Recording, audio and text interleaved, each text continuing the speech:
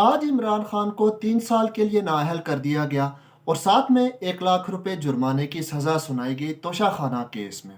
تو اس سے متعلق ہمارے پاس ایک پارس جہاں زیب کا ایک پرانا انٹروڈکشن پڑا ہوا ہے، پہلے آپ اس کو سنیں، اس کے بعد پھر ہم اس پر بات کریں گے۔ پاکستان کی سیاست کسی کامیڈی سرکس سے کم نہیں ہے۔ وہ کامیڈی سرکس جہاں اکثر سیاستدانوں اور سیاسی لیڈرز کی حیثیت محض اداکار کی ہوتی ہے۔ اس کامیڈی سرکس میں سب کچھ رنگ ماسٹر کے ہاتھ میں ہے۔ اس کامیڈی سرکس کا اسکرپٹ بھی رنگ ماسٹر کے ہاتھ میں ہے، ڈائریکٹر بھی وہی رنگ ماسٹر ہے، پروڈیوسر بھی وہی رنگ ماسٹر ہے۔ اب مزے کی بات یہ ہے کہ اگر سرکس کا شو کامیاب ہو جائے تو تالیاں اور داد رنگ ماسٹر سمیٹتا ہے، لیکن اگر کوئی شو فلاپ ہو جائے تو وہ اس کی ساری ذمہ داری اداکاروں کی خراب پرفارمنس پہ ڈال کر ایک سائٹ پر ہو جاتا ہے۔ سارا اسکرپٹ چونکہ رنگ ماسٹر کے پاس ہوتا ہے، اس لیے اداکار کو بھی کچھ نہیں معلوم ہوتا کہ اسٹیج پہ اس کی انٹری کب ہے اور ایگزٹ کب ہے۔ جو سیاستدان اس کامیڈی سرکس کا حصہ بننے کے لیے راضی ہوتا ہے، اس کو تو پھر رنگ ماسٹر کی مرضی کے اسکرپٹ پر ہی چلنا پڑتا ہے۔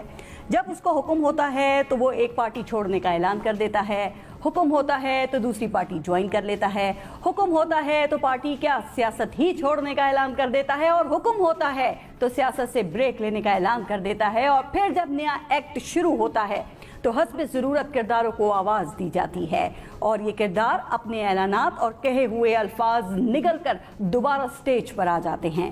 بریک لینے کا اعلان خود بریک کر دیتے ہیں۔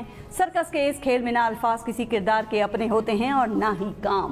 اگر اسکرپٹ میں رنگ ماسٹر بریک لکھ دیتا ہے تو بریک، اگر وہ سٹیج چھوڑنے کی لائن لکھ دے تو کردار وہ بول کر بیک سٹیج کی طرف چلے جاتے ہیں۔ رنگ ماسٹر سرکس کے اس کھیل میں کچھ کرداروں کو ایسا رول بھی دیتا ہے جو وکٹ کے دونوں طرف کھیلنے کا ہوتا ہے۔ تو ایسے کردار ایمرجنسی کے لیے رکھ لیے جاتے ہیں کہ اگر عوام سرکس کے شو سے تنگ آنے لگیں، شو فلاپ ہونے لگے، بکنگ میں کمی آنے لگے اور شو دیکھنے والے انڈے اور ٹماٹر اٹھانے کا سوچنے لگیں، تو رنگ ماسٹر ایسے کرداروں کو ہیرو بنا کر سٹیج پہ اتار دیتا ہے۔ اس سے سرکس میں کچھ وقت کے لیے نئی جان ڈل جاتی ہے۔ تو اب نیا کامیڈی سرکس لانچ ہو چکا ہے، اور تو پاکستان میں نیا کامیڈی سرکس لانچ ہو چکا ہے۔ اب اس رنگ ماسٹر کی تاریخ کو اگر دیکھیں تو یہی رنگ ماسٹر تھا جس نے ڈاکا فال کے وقت پر بھٹو کا ساتھ دیا اور ڈاکا فال کروایا، اور اس ٹائم پہ جو الیکٹڈ پرائم منسٹر تھا اس کو وزیر اعظم نہیں بننے دیا۔ کیوں؟ اس کے پاس مقبولیت تو تھی پر وہ منظور نظر نہیں تھا۔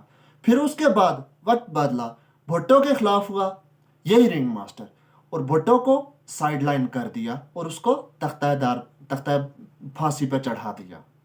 پھر اس کے بعد وقت گزرتا گیا، یہ رنگ ماسٹر تھا اور اس نے مشرف کی حکومت آ گئی۔ اب رنگ ماسٹر نے خود حکومت کو سنبھال لیا اور اس کے بعد نواز شریف کو چلتا کر دیا۔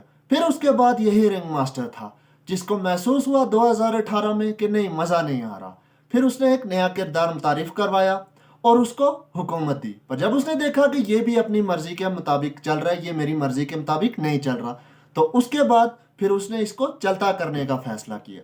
چنانچہ 2022 میں رنگ ماسٹر نے پھر اپنا فیصلہ بدلا اور اس کردار کو بھی چلتا کر دیا، اور اب دوبارہ اسی رنگ ماسٹر کی جیت ہوئی ہے، جس کو اب نااہل کر دیا گیا 3 سال کے لیے اور 1 لاکھ روپیہ جرمانہ کر دیا گیا۔ جیت واپس رنگ ماسٹر کی ہوئی ہے۔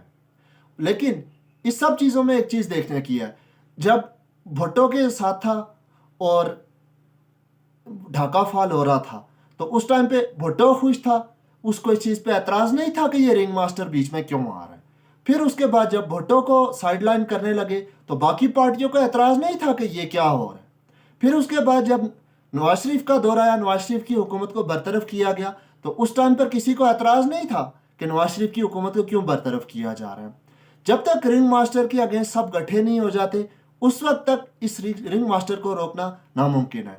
آج بھی بہت ساری جگہوں پر مٹھائیاں بانٹی جا رہی ہوں گی اور شہنائیاں بجائی جا رہی ہوں گی کہ دیکھو عمران خان کو باہر کر دیا گیا، لیکن یہ جیت نہ تو ڈیموکریسی کی ہوئی اور نہ کسی اور کی۔ نواز شریف صاحب نے بہت اچھا بیانیہ بنایا تھا کہ ووٹ کو عزت دو، لیکن اس کا اختتام بوٹ کو چاٹنے پر ہی ختم کیا گیا۔ Thank you so much.